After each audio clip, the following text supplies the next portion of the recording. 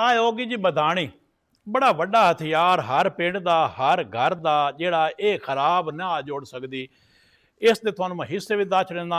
आ हो गया जुट, आंदे ना कि मदानी जुट वांग जिवें काटा वग्गो हुंदा है, आ जुट ये लकेड़ दा जी। आ चप्पा या चप्पू भी आखा जाता जी। आ जिहड़ा विच घुमदा जिहड़ा काबू किया जाता है, ये चप्पा या चप्पू।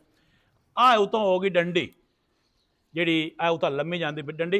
मदानी एक ऐसा आइटम है जिहड़ी हर सवाणी का यह सूत्र होया हुंदा, क्योंकि आ जोट बज जावे आ तो वह सारे काम छड़ देंदी आ, दिखाण स्पैशल सद के ते जोट पवा लिआउंदी आ।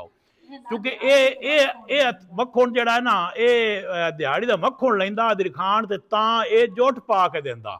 एडे सौखे काम ना हुण तो जनाब मौजां आ गई, सुच लाया मारिया बटन ते घरों हो के आ वार छपी जाती है। ये बड़ा औखा प्रोसैस आ जो उन्होंने लोगों भोग के आंदा है, लेकिन ये कल्चर बड़ा स्वादी आ, सेहतमंद आ, चस भी आउंदी आ।